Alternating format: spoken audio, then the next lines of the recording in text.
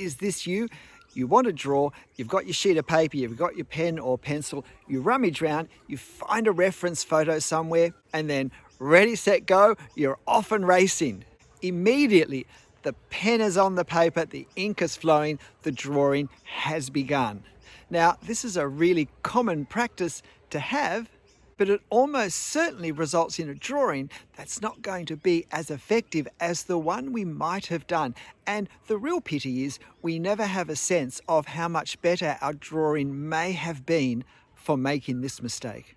The mistake of rushing to start drawing immediately is so common. And whether it comes from impatience or simply not being aware of how this initial time might have been used, it's still very unhelpful in our finished drawing. Let me quickly list a number of things we might consider doing before the pen or the pencil hits the paper.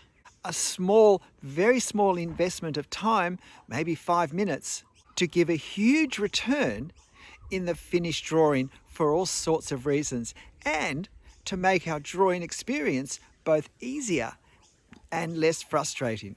If I start drawing straight away, I certainly haven't observed my reference closely enough. It's a big problem that the sort of observation that is more than adequate for everyday life is usually not adequate for drawing a reference. The things we need to see, the various visual relationships, the alignments that we need to draw our scene successfully are not things that we take in adequately with the sort of observation we do in normal life. So one of the things we need to do is to observe our reference more deeply, particularly the parts that we think we might be starting with in our drawing. And so clearly we need to have planned what our starting point is going to be if we're going to be able to do that. But before we try and worry about that, something I've only been doing fairly recently, but has become extremely important in my pre-pen on the paper drawing process, is to try and visualize my finished drawing, to try and see it as if it's finished on the paper. To the degree I can do this, it helps guide what I need to do in my drawing.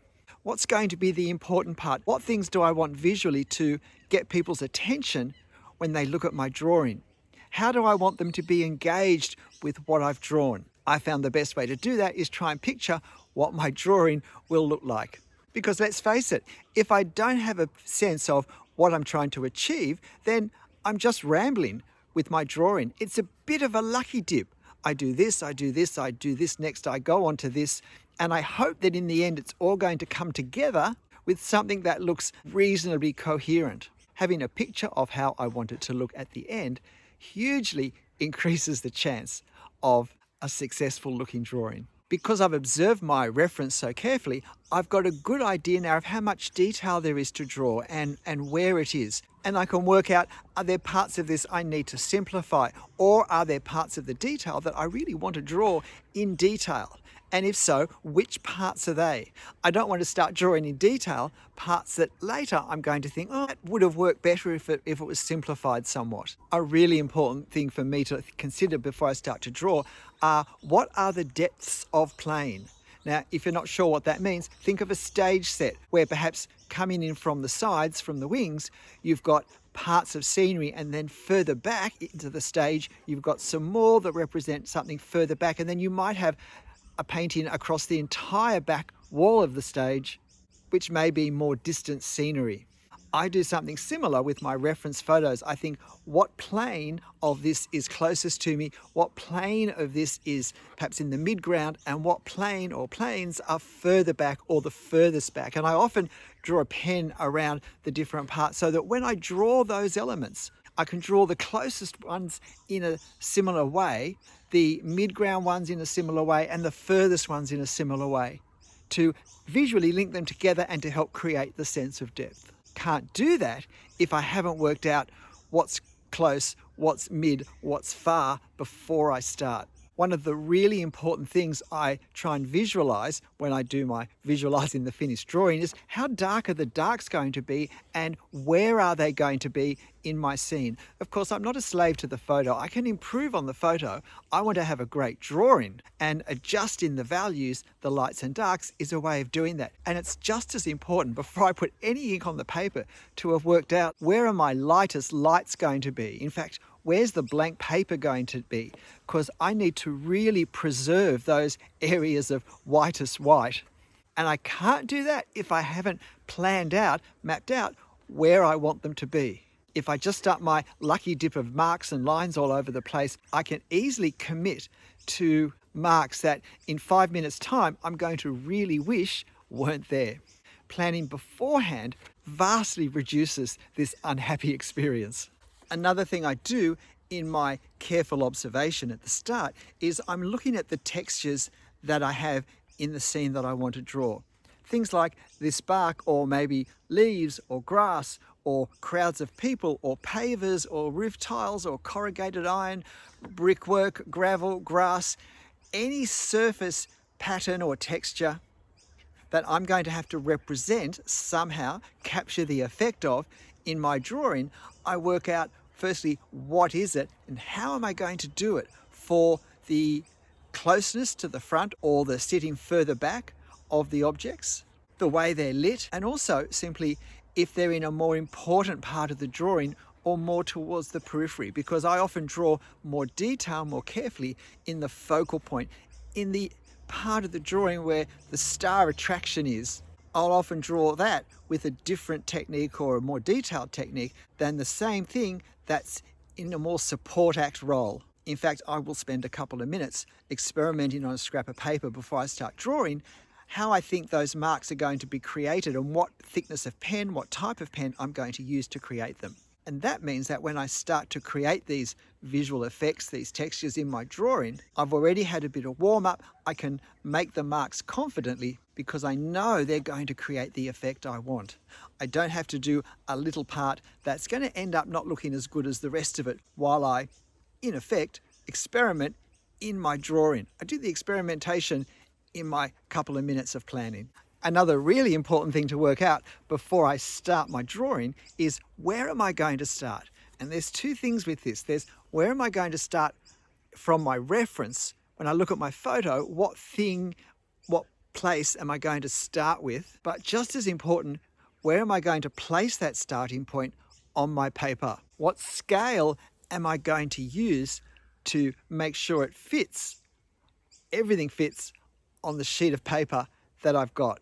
And if you have a habit of starting drawings where the top of the spire or the things on the left or right end up not fitting in, which is a really common thing to happen, then this is something that you really need to put a couple of minutes thought and consideration in at the start.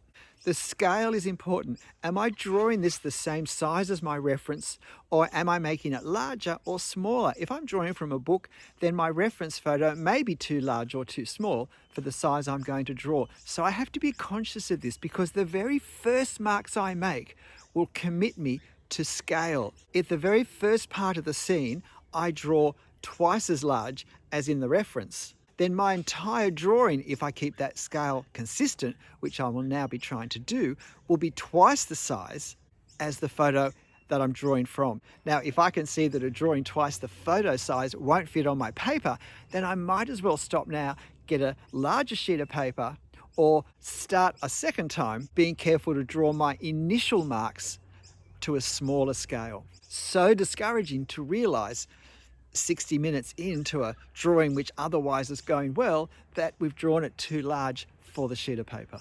As part of this, it's helpful to try and, once we've started our drawing, to try and visualize the whole drawing on the whole sheet of paper, where approximately the different elements in our reference will be.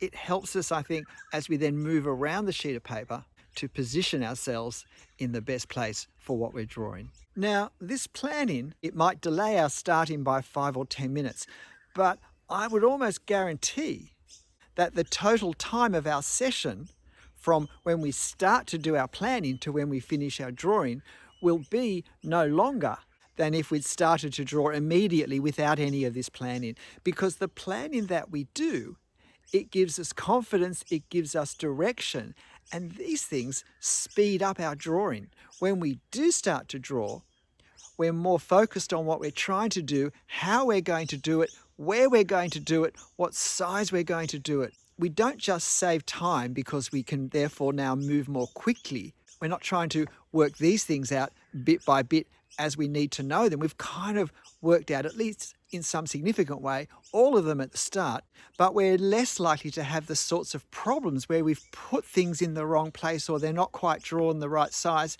And then we have to stop and work out, how can I fix this? Can I fix this? Do our best to try and fix it. All the things that do slow us down and do slow the momentum. We can instead keep our momentum going at a good, consistent pace as we draw. And because of that, my finished drawing will have a consistency, will have a cohesion. All of my marks will have a sense of working together. My drawing will look as if all of it was drawn by the one person rather than by 2 or 3 different people who each drew a part, because I was able to get into a flow and ride that flow confident in what I was doing. I'm far less likely to have negative, frustrating experiences in my drawing process. And when I finish my drawing, I can compare it with my, if you like, visualized drawing that I had at the start. I can compare what I've done with what I was hoping to produce, and I can ask myself, have I succeeded? If I have, fantastic. If I haven't, why not? In other words, our drawing critiquing becomes much easier when we visualize how we wanted it to look at the start, because I've now got something to compare it with, which sets me up with the focus I want to have for my next drawing. Now, all of this planning and thinking before we start to draw presupposes that my aim goes beyond simply doing a copy of my photo. Photos have strengths and weaknesses, and my drawing will also have strengths and weaknesses, but they won't necessarily be the same ones that the photographic process has. So what I want to do is to minimize the effect of the weaknesses in the photo in my drawing and really pump into my drawing all the advantages, all the benefits that drawing can have over a photograph. I want to have the best of both worlds. And of course, I like to think of my reference photo as a starting point, as a springboard, as a base to which I apply not just my technical skill with copying it, but my creative imagination in going beyond it, in enhancing it, changing it, modifying it to get the most visually arresting, the most visually interesting drawing I possibly can. I'd love to hear in the comments if you've suffered at some stage from the bad habit of rushing to actually put the pen on the paper and then a few minutes later having regret with some of the marks and lines that you've committed to. G'day, I'm Stephen Travers. Those first few minutes before I actually start to draw, but when I'm all set up to draw, I'm sitting in my drawing chair with the drawing lights on and the cameras about to go on, I'm holding the pen, where I plan and I experiment and I visualize, are crucial to how my drawings look at the end. So why not give this a go with your drawings? But hey, in the end, whatever process you use, whether you just rush straight into it or try what I'm saying for a change, make sure you have fun. I'll see you next time. Bye.